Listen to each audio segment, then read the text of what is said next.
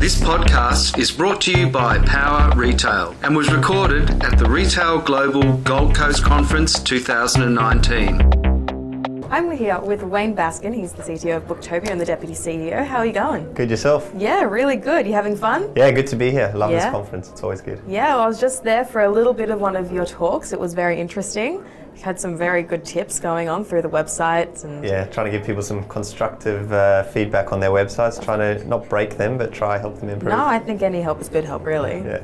So I just wanted to have a chat to you about Booktopia and just about the book industry in general. Yep. So Booktopia is the #1 online bookseller in Australia. Yeah, looking to hopefully become the #1 bookseller in Australia in a few years. So we're excited about that growth and journey. So I was just wondering, because books have had a kind of interesting ups and downs a little bit. I think with the introduction of Kindle and ebooks, they sort of went down a little bit, but now they're back up. I think it's trending to have physical books in your house and they feel good and they smell good. Just wondering how you actually kept and maintained that physical book attraction with customers. Yeah, sure. So look, we talk a lot about the ebook journey and the Kindle journey, and you know, I've always been quoted as saying the Kindle is the bread maker of our century now, or our time now, because people bought them, they tried them, they bought one for their mother, their father for birthday presents, but then they tried one and they were like, yeah, not for me, and put it next to the bread maker or the fondue set. So that's the way it went. To talk about, people still don't believe that is actually decreasing, the use of ebooks is decreasing.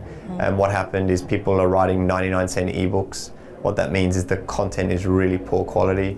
And I often give the analogy, would you want to go to a movie for $2 and it might be a pretty boring movie for 3 hours or 2 hours, or $15 and I'll tell you it's going to be a great movie, and people are going to say I'll go for the $15 movie. So then what happens is people say, well, okay, it's no longer worth buying the E.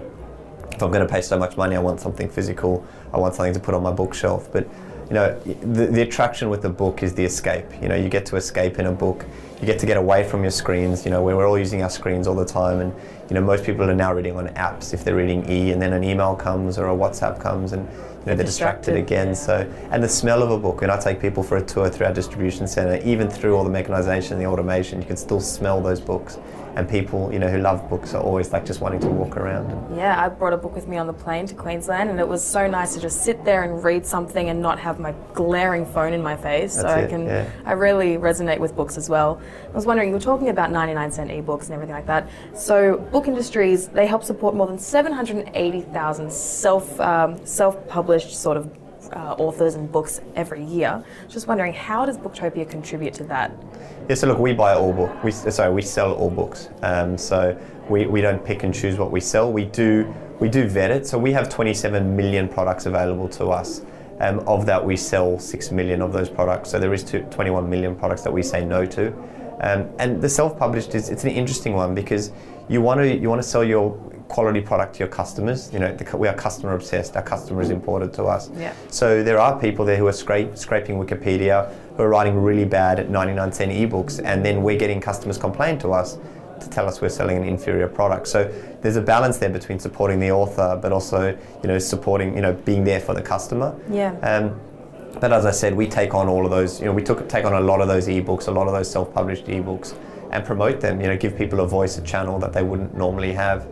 To everyone in Australia, that's what we're doing. That's incredible. Yeah, I'm a big fan of Booktopia. I've bought a few books from there in my past. It's great. I was just wondering as well, compared to other booksellers, how do you manage to stay on top? There are certain tactics that you use, or is it just kind of luck? Yeah, no, definitely not luck. A lot of hard work. We don't focus as much on our competition as others might think we do. I can tell you now, we're not. We look at what other people are pricing their books at, but we're not every day looking at prices. Price isn't big for us. We price our books at a price that we think will be good for the customer, but also allow us to be a sustainable business. There's no point trying to get to the bottom, be the cheapest, and then going out of business. For us, it's the customer obsession. It's we have a phone number. We've always had a phone number at the top of our website. People can call you. People used to call us. I was giving an example earlier. People used to call us and say, "Are you real? Are you real people?" Yes, we are. Great, and put the phone down and go and order from us. We've had people in the past call us and go, "I've got my order. It hasn't been delivered." And we'd say, "Okay, give us your order number," and they'd read out like a 15-digit order number, and we'd be like, "You ordered from Amazon, didn't you?" And they'd be like, "Yes, you're not Amazon." We go, "No, we're Booktopia." And they go, oh, do you know how can reach Amazon? We go, well, no, you can't. You Yeah. know, back in the day, you actually couldn't reach Amazon. They've kind of changed it now. But for us, it was that customer obsession.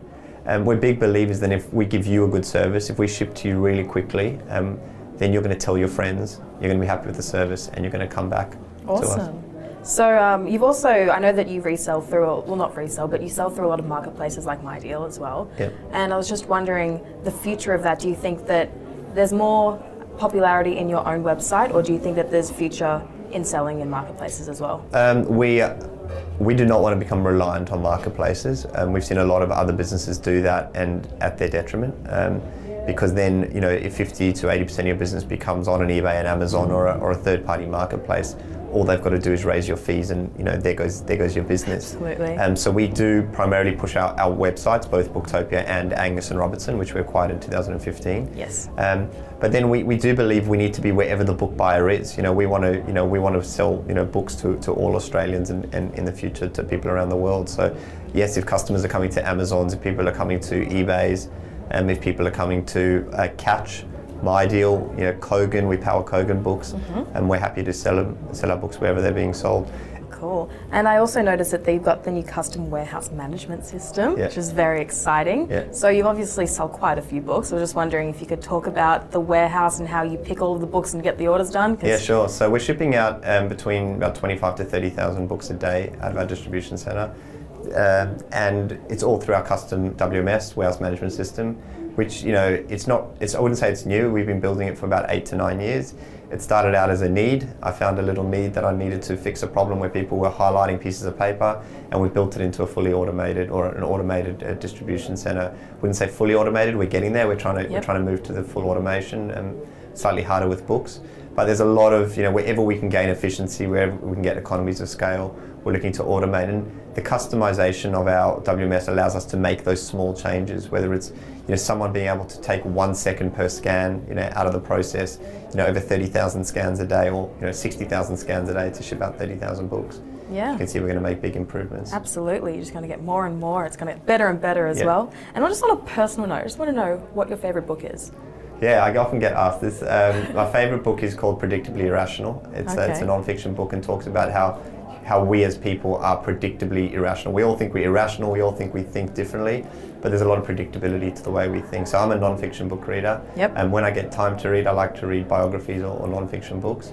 And that's the one I highly recommend to most people. And do you sort of grab all of the ideas and everything from those books, you obviously put them into your own life and you sort of put them into your business strategy and everything? Yeah, I take bits from here and there, and always good. Sometimes you don't realise you're taking things from books, you know, you just lock it in your subconscious, and the next minute you're doing something, and then someone says, oh, that's from that book, and you're like, oh yeah, I've read that book, actually it is. So I have an amazing bookshelf where everyone tells me about great books, but I don't actually get a lot of time to read them. So. Awesome. Well, it was lovely having you here, so thank you so much. Thanks for your time. Absolute pleasure. Cheers.